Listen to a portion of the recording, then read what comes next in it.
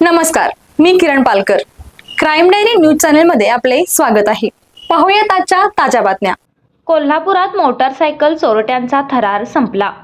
12 दुचाकी जप्त, 3 अट्टल चोर गजाआड. जिल्ह्यात सुरू असलेल्या मोटारसायकल चोरीच्या मालिकेला अखेर पोलिसांनी आळा घातला असून स्थानिक गुन्हे अन्वेषण पथकाने धाडसी कारवाई करून 3 अट्टल चोरट्यांना अटक केली आहे.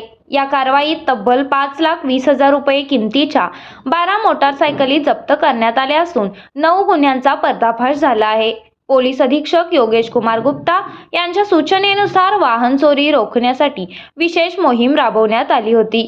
त्यानुसार स्थानिक गुन्हे अन्वेषणचे पोलीस निरीक्षक सुशांत चव्हाण यांच्या नेतृत्वाखाली तपास पथकाने मिळालेल्या गुप्त माहितीच्या आधारे फुलेवाडी रिंग रोड परिसरात सापळा रचला.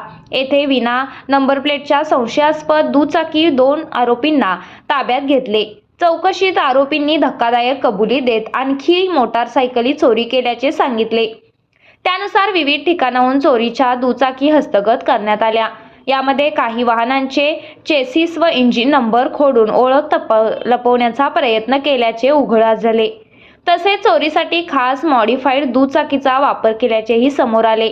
या प्रकरणात दर्शन रमेश जाधव वय वर्ष 26 राहणार नाना पाटील नगर फुलेवाडी रिंग रोड को, फारुख फिरोज शेख वय वर्ष 19 राहणार नागदेववाडी कमानी समोर बालिंगा आणि प्रतीक विलास पाटील राहणार सत्याई नगर फुलेवाडी रिंग रोड कोल्हापूर या तिघांना अटक करण्यात आले असून त्यांना पुढील तपासासाठी जुना राजवाडा पोलीस ठाण्याच्या ताब्यात देण्यात आले.